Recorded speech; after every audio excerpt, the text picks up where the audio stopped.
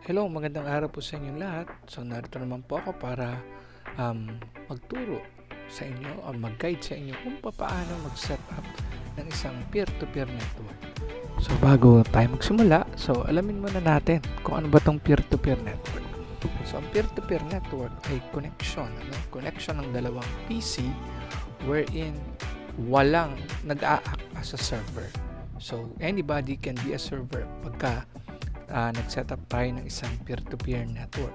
So, ano nga ba yung mga dapat nating tandaan sa pag-set up ng peer-to-peer network?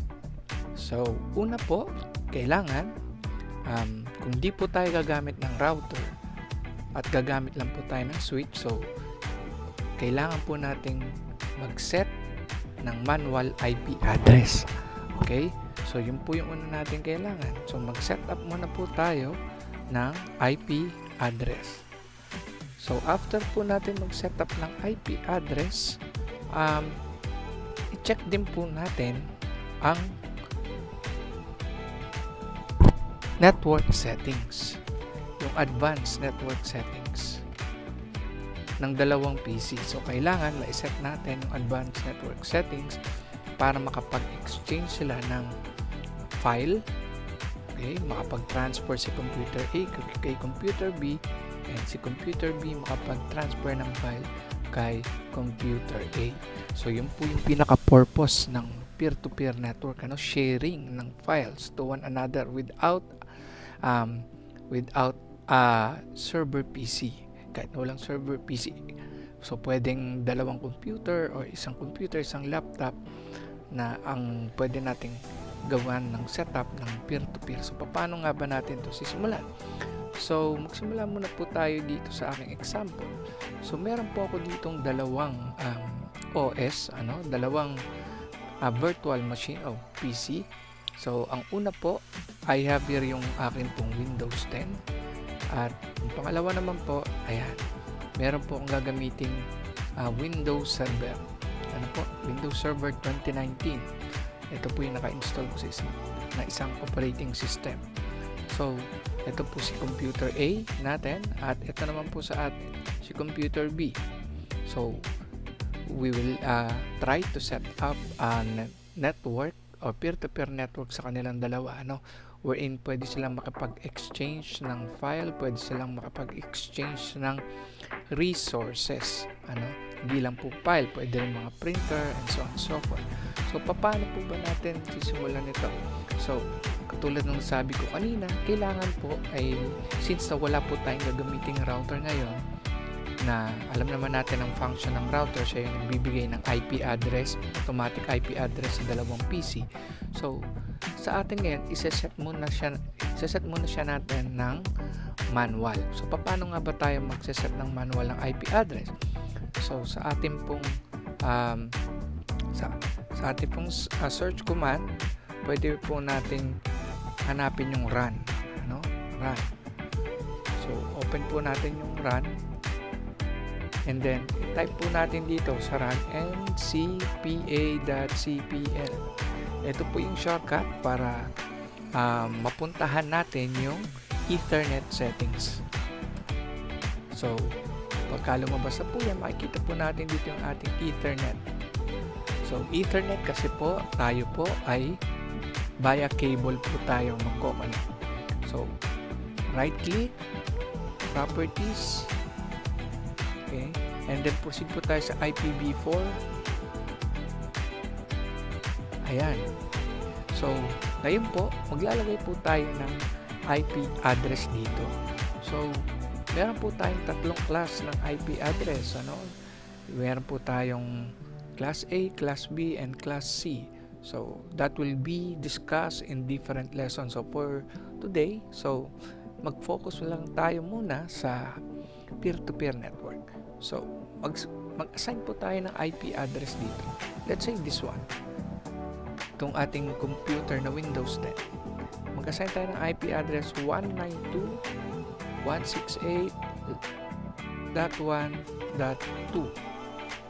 So, click lang po natin ang subnet mask. Automatic po, lalabas po yung kanyang subnet mask. And then, click lang po natin ang OK.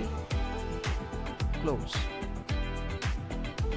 So, since nakapaglagay na po tayo ngayon dito ng IP address sa ating Windows 10, so punta naman po tayo sa ating isang version ng Windows, which is yung computer, yung isa nating computer, computer server. So dito, ganun din pong gawin natin. Palitan po natin ang IP address and cpa.cpl. So makikita po natin uli yung Ethernet settings natin, and then properties. So kailangan po ay pareho po sila ng IP address. So ito po 192, type po natin 192.168.1.1.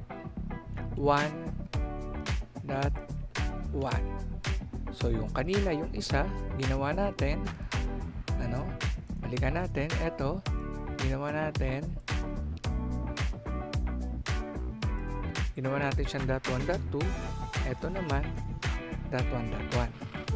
So sa isang network, hindi dapat magkapareho ang IP address, or otherwise hindi sila magkakakitaan, magkaka-conflict po sila, magkakaroon po ng error, ng error, IP conflict error, kasi pareho po ang sinet natin. So in our case, yung computer server po natin, ginawa po natin 192.168.1.1, and ang subnet niya, ayan, automatic naman po lumalabas yan. So click po natin OK, then close. So since na set-up na po natin ang kanyang IP address, yun po yung una natin IP address, ito, set up na po natin to. Ang sunod naman po yung work group. Okay, mag-set po tayo ng work group. Paano po tayo makakapag-set ng work group? So dito po sa Windows Server, so dito lang po tayo mag-set ng work group. Okay, yung pong work group, ayan. By default, work group ang nakalagay. So dito po ganun din po yung ating gawin. So puntahan po natin yung advanced settings po nito. So window post break, press lang po natin window post break, then lalabas po dito. Hanapin lang po natin yung advanced system settings, ayan. And dito po under po ng computer name, so ang work group po niya ay work group. So pwede po natin, so yan, pareho po sila ng ating server na work group. So since pareho naman po ang kanilang work group, so just for this example, pwedeng hindi na po natin siya palitan, pwedeng parehong work group na lang. Basta po tandaan po natin kung ano po ang pangalan ng work group ni computer A, ayun din po ang pangalan ng work group ni computer B, para po sila ay nabibilang sa isa lang work group, para magkakitaan po sila. Okay? So hindi ko na po yung babaguhin. So kayo po, pwede nyo pong baguhin yan. Pwedeng halimbawa computer lab, pwedeng CSS lab. So kayo po yung bahala. So ayan. So since na pareho naman silang work group, hindi ko na po binago, just to save time. So ano po yung sunod natin gagawin? So since na nakapag-set na po tayo ng IP, nakapag-set na po tayo ng ating work group, ang sunod naman po ay yung advanced network setting. So tingnan po natin ang advanced network setting nitong ating computer. Okay? So ito po tayo dito.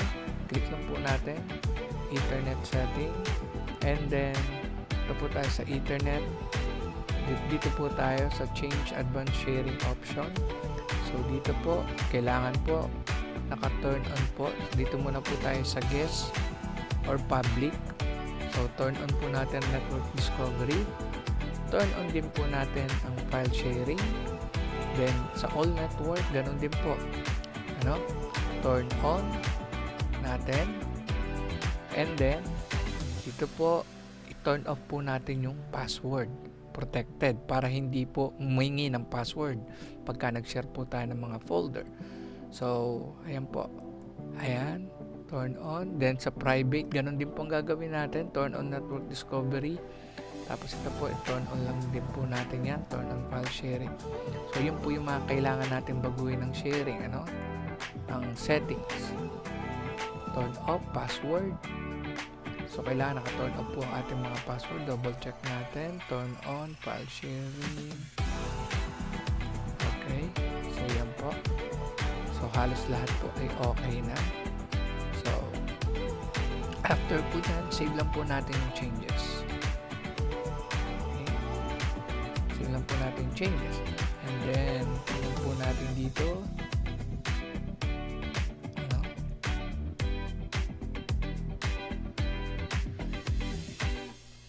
So ayan. So dito po, ito po yung kanyang mga Ethernet settings, So network sharing.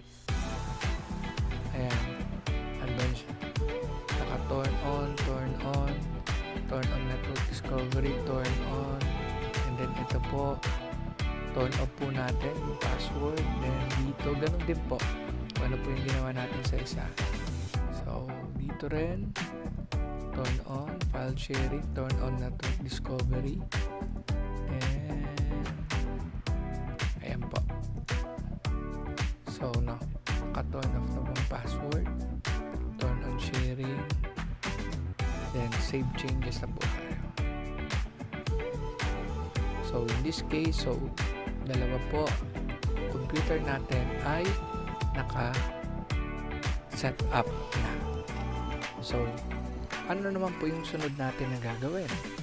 So, since nabigyan na po natin sila ng IP address, okay, nabigyan na po natin sila ng IP address, na-change na po natin ang word group nila, and then palitan na rin po natin ang advanced network settings po natin. So, ang sunod po natin ay i-check po natin ang connection. So, let us check the connection. Kung meron pong connection yung dalawang PC po natin. So, paano po tayo mag-check ng connection? We can check the connection by using ping command. Ping command. So, paano po natin gagawin itong ping command na to?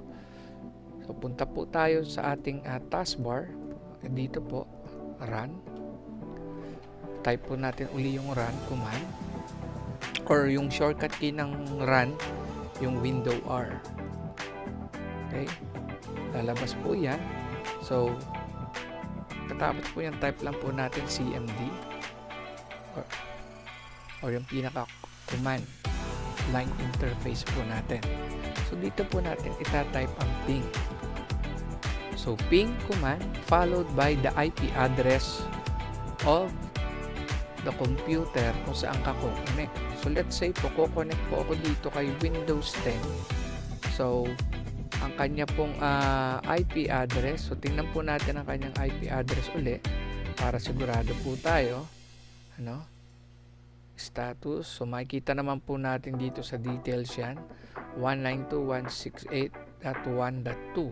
So, dito po kay computer server, yun pong itatype po natin.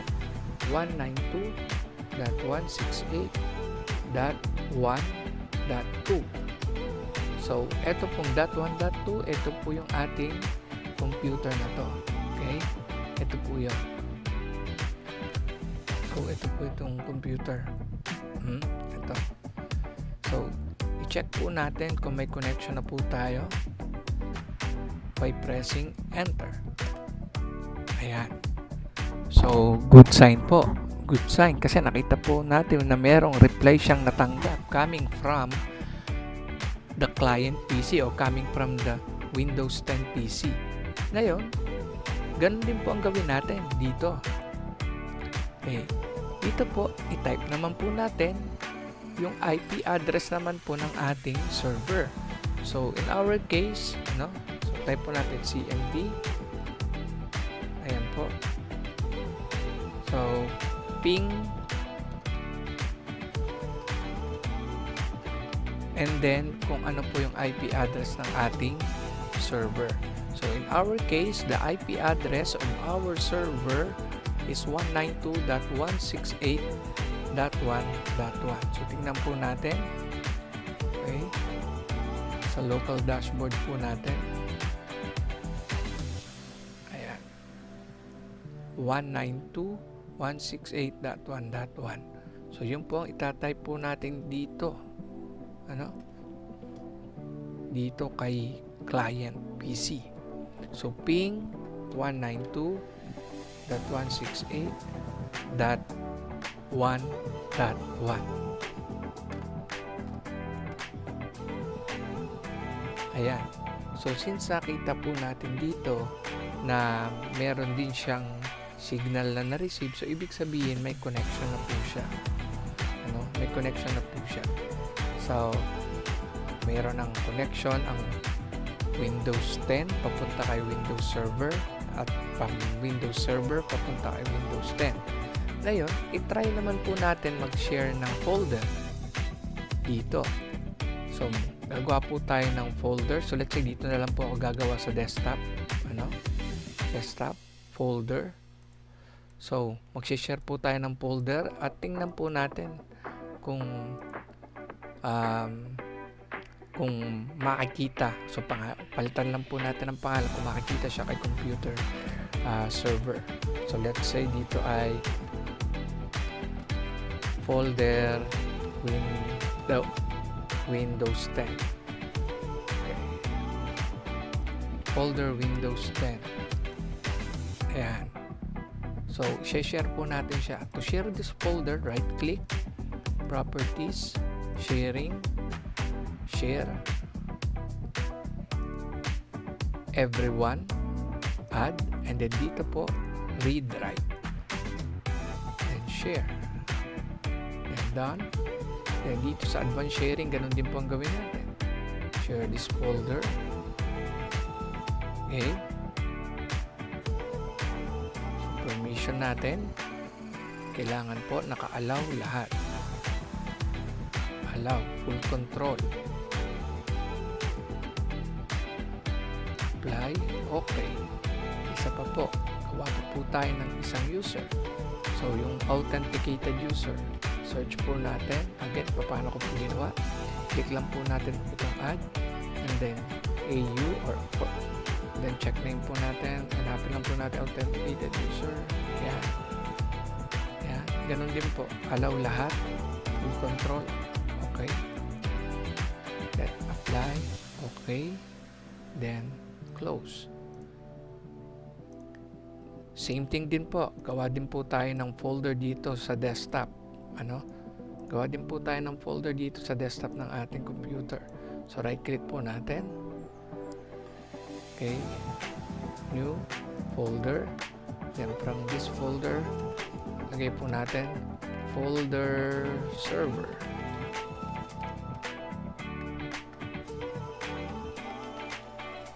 So, after this spot, i-double click po natin. Double click natin. Ayan, open siya. So, right click, properties. So, kung ano po yung ginawa natin kanina, ganun din. So, share, everyone, read write po, then share. Yes. Done. Then, dito rin po, share this folder, permission, full control then, apply, okay, then permission uli, add, AU, check, so authenticated user then, okay, then click natin, select, then apply, okay, close. So, ngayon, meron na po tayong parehong folder. Now, paano naman po natin to ma-access? Ano? Let's say, i-access natin ngayon si folder doon kay yung folder yung folder ng server na ginawa natin dito kay Windows 10. So, paano natin gagawin yon? So, para ma-access po natin yung folder ni server ganito po, ipe-press lang po natin yung run command ulit tayo, window R, and then dito po maglagay po tayo ng dalawang // And then, i-type po natin yung pangalan ng server natin or IP address ng server. Ano po ba yung IP address ng server natin? So, 192.168.1.1. Ayan po yung IP address ng server natin. Excuse me, kanina, no? So, yun po. So, tingnan natin ulit.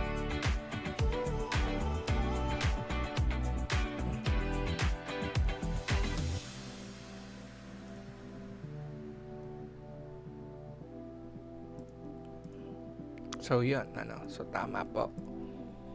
Or dito. Ayan, kita na natin dito sa details niya, 192.168.1.1. So, yun po yung gagawin natin, 192.168.1.1. Press po natin ang enter. Ayun. So, dito po, lumabas na po yung folder ni server. Again po, ito po ay Windows 10, So, na-access ko na po yung folder kay server at pwede na po maglagay dyan ng bagong file. Let's say, file from Windows 10. Ayan. So, tingnan po natin siya kay server. Tingnan po natin kung lumabas po dito. Yun. Ayun po. Okay? So, lumabas. So, ibig sabihin po nito, may connection na po yung dalawa. Po? So, i-try naman po natin i-access yung folder na ginawa natin kay Windows 10. So, window R. Then, ganun pa rin po, // IP address po ni client or ni Windows 10. Ang IP address po ni Windows 10, 192.168.1.2. So, pag-press po natin ang enter. So, nakalagay po dito, you can't access this folder because your organization's security policies block unauthenticated access. So, these policies protect your PC from use. So, hindi natin ma-access PC. So, tingnan po natin ang settings. Kung ano po naging problema sa settings po natin.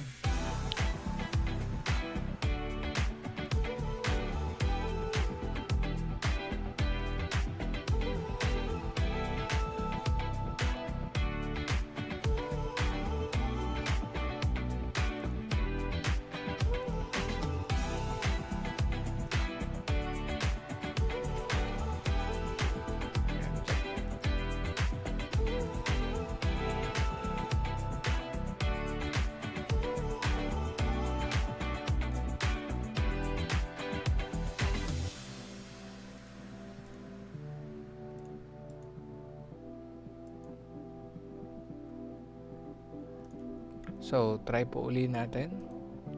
So,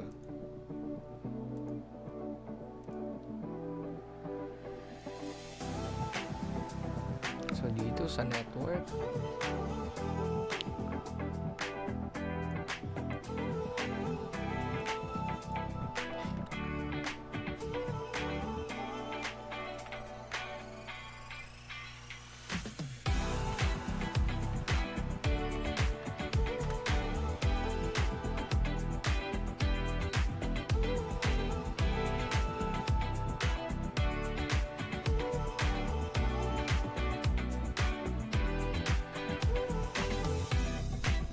okay, so kanina we encountered an error connecting our server or accessing our Windows 10 PC using our unconfigured Windows server. So, kailangan natin i-edit yung kanyang group policy. So, to edit the group policy, so press window R, type gpedit.msc sa run, then after this click OK. So under administrative tool or computer configuration, under administrative tool, click the network, then look for LAN MAN workstation, and then we have here enable insecure guest logon. So double click lang natin, and then by default naka-not configured siya. So gagawin lang natin, i-enable lang natin. So I have already enabled this a while ago. So after that, just click apply and okay. Then let's check now if we can now access the client. Window R /192.168.1.2. So this is the IP address of our client. So hopefully we can access the shared folder. So click OK, and then there you have it. So folder, so Windows 10, and then let us click let us create a new file here. Let's see if this will reflect. So file from the server. So let's check on our Windows 10 PC. So folder Windows 10. There, file from our server. So there you have it. So thank you for your patience and listening, and